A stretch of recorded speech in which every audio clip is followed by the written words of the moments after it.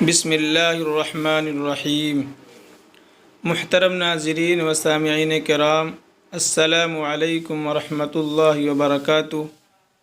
میں اس ویڈیو میں حسد کے بارے میں بتانے جا رہا ہوں کہ حسد ایک ایسی آگ ہے جو خاندانوں اور قبیلوں کو تباہ و برباد کر دیتی ہے، اس لیے حسد سے بچو۔ نبی اکرم صلی اللہ علیہ وسلم نے فرمایا، حسد نیکیوں کو ایسے کھا جاتی ہے جیسے آگ لکڑی کو کھا جاتی ہے۔ تمام سامعین کرام سے درخواست ہے کہ ویڈیو کو آخر تک دیکھیں، تبھی پوری بات سمجھ میں آئے گی، اور اگر ویڈیو پسند آئے تو لائک اور چینل کو سبسکرائب کیجیے۔ چلیے ویڈیو کو شروع کرتے ہیں۔ شیخ عبداللہ فرماتے ہیں، جب بیماری کا پتہ چلتا ہے تو اس کا علاج آسان ہوتا ہے، جب سبب کا پتہ چلتا ہے تو تریاق سے اس کا مداوع ممکن ہوتا ہے۔ ہم لوگوں کے آپس میں حسد کے کئی اسباب ہیں، جن میں اہم یہ ہے: ہم عصروں میں فخر و مسابقت، نفسانی خواہش، خود غرضی اور دنیا کی محبت، مسلک و مشرب کا اختلاف، عقیدے کا اختلاف۔ شیخ الاسلام مفتی تقی عثمانی مدد ذلہ العالی فرماتے ہیں، حسد کی بنیاد ہے جب دنیا اور حب جاہ، یعنی دنیا کی محبت اور جاہ کی محبت دل میں آ جائے۔ اس لیے حسد کا علاج یہ ہے کہ آدمی اپنے دل سے دنیا اور جاہ کی محبت نکالنے کی فکر کرے، اس لیے کہ تمام بیماریوں کی جڑ دنیا کی محبت ہے، اور اس دنیا کی محبت کو دل سے نکالنے کا طریقہ یہ ہے کہ آدمی یہ سوچے کہ یہ دنیا کتنے دن کی ہے، کسی بھی وقت آنکھ بند ہو جائے گی، تو انسان کے لیے نجات کا کوئی راستہ نہیں ہوگا۔ دنیا کی لذتیں، دنیا کی نعمتیں، اس کی دولتیں، اس کی شہرت، اس کی عزت اور اس کی ناپائیداری پر انسان غور کرے اور یہ سوچے کہ کسی بھی وقت آنکھ بند ہو جائے گی تو سارا قصہ ختم ہو جائے گا، اس کے بعد پھر انسان کے لیے نجات کا کوئی راستہ نہیں ہوگا۔ شیخ عبداللہ فرماتے ہیں، جب لوگ کسی جگہ بازار، مدرسہ یا کسی مسجد کے پڑوس میں ایک ساتھ رہتے ہوں اور مختلف اغراض لیے ایک ساتھ کام کرتے ہوں تو پھر یہ لوگ آپس میں ضد، نفرت اور بغض کرنے لگتے ہیں، اور پھر اس سے حسد کے باقی اسباب بھی جنم لیتے ہیں۔ یہی وجہ ہے آپ دیکھتے ہیں کہ عالم عالم کے ساتھ حسد کرتا ہے، نہ کہ عابد کے ساتھ، اور عابد عابد کے ساتھ حسد کرتا ہے، نہ کہ عالم کے ساتھ، اور تاجر تاجر کے ساتھ حسد کرتا ہے بلکہ موچی موچی کے ساتھ حسد کرتا ہے، اور کپڑا فروش کے ساتھ حسد نہیں کرتا۔ معلوم ہوا کہ ان کے باہم حسد کرنے کی وجہ ایک جیسے پیشہ اختیار کرنے کے سوا اور کوئی نہیں ہے۔ اسی لیے ہر آدمی دوسرے لوگوں کی بنسبت اپنے سگے بھائی اور چچا زاد بھائی سے زیادہ حسد کرتا ہے، اور عورت اپنی ساس، نند اور جٹھانی کے بنسبت اپنی سوکن سے زیادہ حسد کرتی ہے۔ موچی کے کپڑا فروش کے ساتھ حسد نہ کرنے کی وجہ یہ ہے کہ ان دونوں کا کام اور رخ الگ الگ ہے، تو یہ دونوں ایک دوسرے کے کام میں مداخلت کر کے نہیں لڑتے، جبکہ اس کے برخلاف ایک صاحب دولت کپڑا فروش کے کام میں دوسرا کپڑا فروش مداخلت کر کے رکاوٹ ڈالتا ہے۔ اسی وجہ سے غیر تربیت یافتہ علماء بھی باہم حسد کرتے ہیں کہ عالم چاہتا ہے اس کا ایک علمی مقام ہو جس میں اس کے ساتھ کوئی بحث نہ کر سکے، اس کے علاوہ کسی اور سے کوئی بات نقل نہ کی جائے، اور نہ اس کے سوا کسی اور سے فتویٰ لیا جائے۔ لوگوں کا رجوع اسی کی طرف ہو۔ جب یہ دیکھتا ہے کہ لوگ کسی اور عالم کے ساتھ بیٹھے ہیں،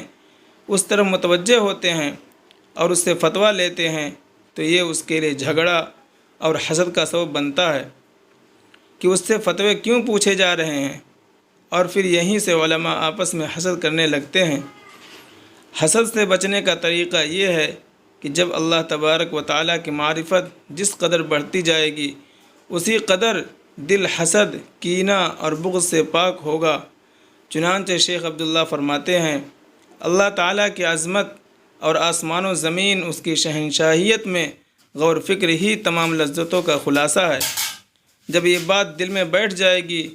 تو اس کی قدرت و جلال سے دل بھر جائے گا تو دل میں حسد کے لیے جگہ نہیں بچے گی۔ اس کی وجہ یہ ہے کہ جس پر حسد کر رہا ہے وہ بھی تو اللہ تعالیٰ کی مخلوق ہی ہے۔ یہ خیال دل میں آتے ہی بجائے اس کے کیوں اس بندے خدا سے حسد کرے، اس سے اور معانست پیدا ہو جائے گی۔ لہذا ضروری یہ ہے کہ قدرت الہی میں غور فکر میں جو ثمرہ ہے وہ اس سے کہیں زیادہ ہے کہ بندہ بچشم خود جنت کے باغات اور اس کی نہروں کا مشاہدہ کرے، کیونکہ عارف کی جنت و نعمت اللہ تعالیٰ کی معرفت کا حصول ہے۔ جب معرفت حاصل ہو جائے گی پھر اسے کسی چیز کی ضرورت محسوس نہیں ہوگی، کیونکہ معرفت ہمیشہ رہتی ہے، وہ کبھی ختم نہیں ہوتی، اور وہ اپنے علم کی ترقی کے ساتھ اسے ترقی دیتا ہے۔ یہ ایک ایسا پھل ہے جس کے حصول میں کوئی رکاوٹ نہیں۔ یہی وجہ ہے کہ عارفین باہم حاسد نہیں ہوتے، بلکہ وہ تو ایسے ہوتے ہیں جیسے کہ ارشاد باری تعالیٰ ہے وَنَزَعْنَا مَا فِي صُدُورِهِم مِّن غِلٍّ إِخْوَانًا عَلَى سُرُرٍ مُتَقَابِلِينَ۔ ترجمہ: اور نکال دی ہم نے ان کے سینوں سے خفگی، بھائی ہو گئے تختوں پر بیٹھے آمنے سامنے۔ شیخ عبداللہ آگے فرماتے ہیں یہ تو ان کی دنیاوی زندگی کی حالت ہے، پس کیا گمان کیا جائے گا ان پر آخرت میں کہ جب ان کے اور اللہ تعالیٰ کے درمیان حائل پردہ ہٹ جائے گا اور وہ لوگ اپنے محبوب کا دیدار کر لیں گے، اس وقت تو نہ یہ تصور کیا جا سکتا ہے کہ جنت میں لوگ ایک دوسرے سے کسی نئی بات پر حسد کریں گے، اور نہ یہ کہ جو دنیا میں ایک دوسرے سے حسد کرتے تھے تو وہ جنت میں آ کر یہاں بھی حسد کریں گے۔ اس لیے کہ جنت میں نہ تو کوئی تنگ نظری اور کم ظرفی ہوگی اور نہ کوئی مزاحمت، اور یہاں تک تو وہی لوگ پہنچ سکتے ہیں جنہوں نے اللہ تعالیٰ کی معرفت حاصل کی ہو اور دنیا میں ایک دوسرے سے مزاحمت نہ کی ہو۔ معلوم ہوا کہ جنت علیین میں جانے والے لوگ نہ تو دنیا میں باہم حسد کرتے ہیں اور نہ جنت میں حسد کریں گے، بلکہ حسد کرنا تو علیین یعنی جنت کی وسعت سے دور اور سجین یعنی دوزخ کی تنگی کی طرف جانے والے لوگوں کی صفات میں سے ہے۔ اسی لیے تو شیطان مردود کو اس صفت سے متصف کیا گیا اور حسد کو اس کی صفات میں سے قرار دیا گیا۔ چنانچہ شیطان نے حضرت آدم علیہ السلام سے حسد کیا اس مرتبہ کے دیے جانے پر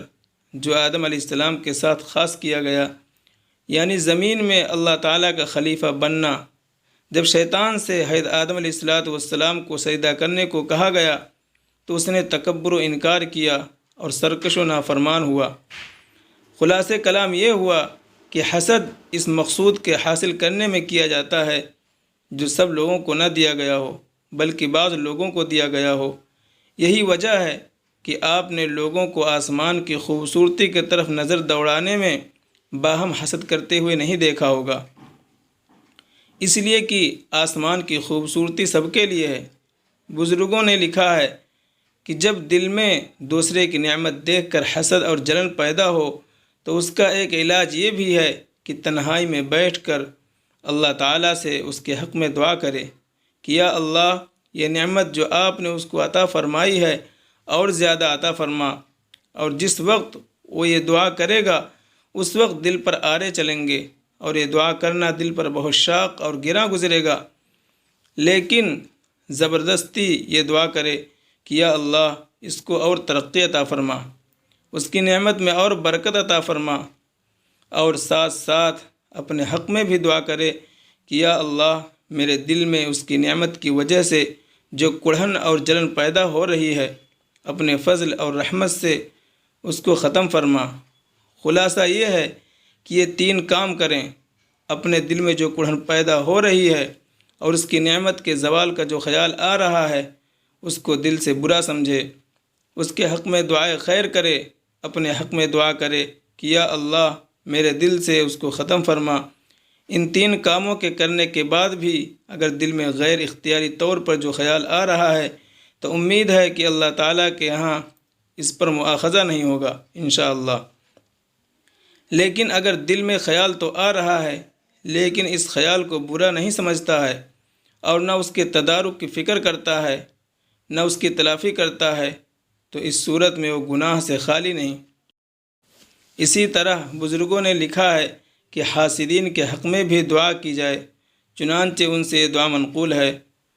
اللہم اغفر لحاسدین فإنہم لما عندهم من الضیق لا يحتملون رؤیت النعم التي علینا دونہم ولو اتسعت نفوسہم لم يقعوا فی حسدنا۔ ترجمہ: اے اللہ، ہمارے حاسدین کی مغفرت فرما جو تنگ نظری کی بنا پر ہمیں نعمتوں میں نہیں دے سکتے۔ اگر ان کے دل وسیع ہوتے تو ہم سے حسد نہ کرتے۔ حسد سے بچنے پر انصار کی تعریف، اللہ تعالیٰ نے انصار کی تعریف یوں بیان فرمائی ہے: وَلَا يَجِدُونَ فِي صُدُورِهِمْ حَاجَةً مِّمَّا أُوتُوا وَيُؤْثِرُونَ عَلَىٰ أَنفُسِهِمْ وَلَوْ كَانَ بِهِمْ خَصَاصَةٌ أي حسدا وغيظا مما أوتي المهاجرون وفيما أوتوه قولان أحدهما مال الفيء والثاني الفضل والتقدم۔ ترجمہ: وہ اپنے سینوں میں کوئی غرض یعنی حسد نہیں رکھتے جو کچھ ان مہاجرین کو دیا جاتا ہے، بلکہ اپنے اوپر انہیں ترجیح دیتے ہیں اگرچہ وہ اس کے زیادہ محتاج ہیں، یعنی اپنے مہاجرین بھائیوں کو جو کچھ دیتے ہیں۔ اس آیت کی تفسیر میں حضرات مفسرین نے فرمایا ہے، اللہ تعالیٰ نے جو ارشاد فرمایا کہ وہ اپنے سینوں میں کوئی تنگی نہیں رکھتے، یعنی جو کچھ مہاجروں کو دیا جاتا ہے اس پر دلوں میں حسد اور غصہ نہیں رکھتے۔ مما اوتو میں دو قول ہیں۔ حضرت حسن بصری رحمۃ اللہ علیہ کا قول ہے مال فئی میں جو زائد مقدار انہیں دیا جاتا تھا اس میں حسد نہیں کرتے تھے، اور امام ماوردی رحمۃ اللہ علیہ نے فرمایا ہے فضیلت اور تقدم میں جو مال اور مرتبہ ان کو دیا جاتا تو اس پر حسد نہیں کرتے تھے، اور حسد تو ان چیزوں میں ہوتا ہی ہے۔ یہود کی اللہ تعالیٰ نے اس بات پر مذمت کی ہے کہ وہ مسلمانوں سے حسد کرتے تھے۔ اللہ تعالیٰ نے اپنی کتاب قرآن مجید میں ایک جگہ مسلمانوں سے حسد کرنے کی بنا پر یہود کی مذموم صفت بیان کی ہے، چنانچہ فرمایا وَدَّ كَثِيرٌ مِّنْ أَهْلِ الْكِتَابِ لَوْ يَرُدُّونَكُمْ مِّن بَعْدِ إِيمَانِكُمْ كُفَّارًا حَسَدًا مِّنْ أَنفُسِهِمْ مِّن بَعْدِ مَا تَبَيَّنَ لَهُمُ الْحَقُّ۔ اور دوسری جگہ اللہ تبارک و تعالیٰ فرماتے ہیں ام يحسدون الناس على ما آتاهم الله من فضله۔ ترجمہ: ان اہل کتاب یہود کے اکثر لوگ باوجود حق واضح ہو جانے کے محض حسد و بغض کے بنا پر تمہیں بھی ایمان سے ہٹا دینا چاہتے ہیں، یا یہ یعنی یہود لوگوں سے حسد کرتے ہیں اس پر جو اللہ تعالیٰ نے اپنے فضل سے انہیں دیا ہے۔ جب شعبان کی 13ویں رات ہوتی ہے تو اللہ تبارک و تعالیٰ اپنی مخلوق پر جلوہ افروز ہوتا ہے، مسلمانوں کی مغفرت فرماتا ہے اور کافروں کو مہلت دیتا ہے، اور کینہ رو کو چھوڑ دیتا ہے ان کے کینہ روی میں، یہاں تک کہ وہ خود ہی کینہ کو چھوڑ دے۔ حضور صلی اللہ علیہ وسلم کا ارشاد ہے کہ بندے کے اعمال ہر ہفتے کے پیر اور جمعرات والے دن اللہ تعالیٰ کے یہاں پیش کیے جاتے ہیں۔ اس دن ہر مومن بندے کی مغفرت کر دی جاتی ہے، مگر جب دو شخصوں کے درمیان کینہ ہو ان کے لیے کہا جاتا ہے انہیں چھوڑ دو یہاں تک کہ ٹھیک ہو جائیں۔ طبرانی کی روایت میں ہے کہ بندے کے اعمال پیر اور جمعرات کے دن اللہ تبارک و تعالیٰ کے یہاں پیش کیے جاتے ہیں، اللہ تعالیٰ سب کی مغفرت فرما دیتے ہیں، مگر کینہ رو اور رشتہ توڑنے والے کی مغفرت نہیں فرماتے۔ رسول اللہ صلی اللہ علیہ وسلم نے یہ بھی ارشاد فرمایا ہے کہ پیر اور جمعرات کے دن جنت کے دروازے کھول دیے جاتے ہیں اور ان سب کی مغفرت کر دی جاتی ہے جو اللہ تبارک و تعالیٰ کے ساتھ شرک نہیں کرتے، مگر کینہ رو کی مغفرت نہیں کی جاتی اور کہا جاتا ہے انہیں رہنے دو یہاں تک کہ وہ ٹھیک ہو جائیں۔ اسی طرح حضرت ابو ہریرہ رضی اللہ عنہ سے روایت ہے کہ اعمال جمعہ اور جمعرات کو پیش کیے جاتے ہیں، ان دنوں ہر اس بندے کی مغفرت کر دی جاتی ہے جو اللہ تعالیٰ کے ساتھ کسی کو شریک نہیں کرتا، مگر دو شخصوں کی مغفرت نہیں کی جاتی اور کہہ دیا جاتا ہے انہیں پیچھے کر دو یہاں تک کہ وہ ٹھیک ہو جائیں۔ امام طبرانی رحمۃ اللہ علیہ روایت کرتے ہیں کہ بنی آدم کے اعمال ہر پیر اور جمعرات کو پیش کیے جاتے ہیں۔ رحم طلب کرنے والے پر رحم کیا جاتا ہے اور مغفرت طلب کرنے والے کی مغفرت کر دی جاتی ہے، مگر کینہ رو کو اس کے کینے میں چھوڑ دیا جاتا ہے۔ اسی طرح حضرت معاذ بن جبل رضی اللہ عنہ سے روایت ہے کہ رسول اللہ صلی اللہ علیہ وسلم نے فرمایا، اللہ رب العزت 15ویں شعبان کی رات کو دنیاوی آسمان پر نازل ہوتے ہیں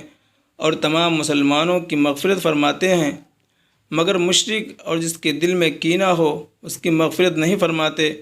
اللہ تبارک و تعالی ہم سب کو حسد، کینہ جیسی بیماری سے بچنے کی توفیق عطا فرمائے، آمین۔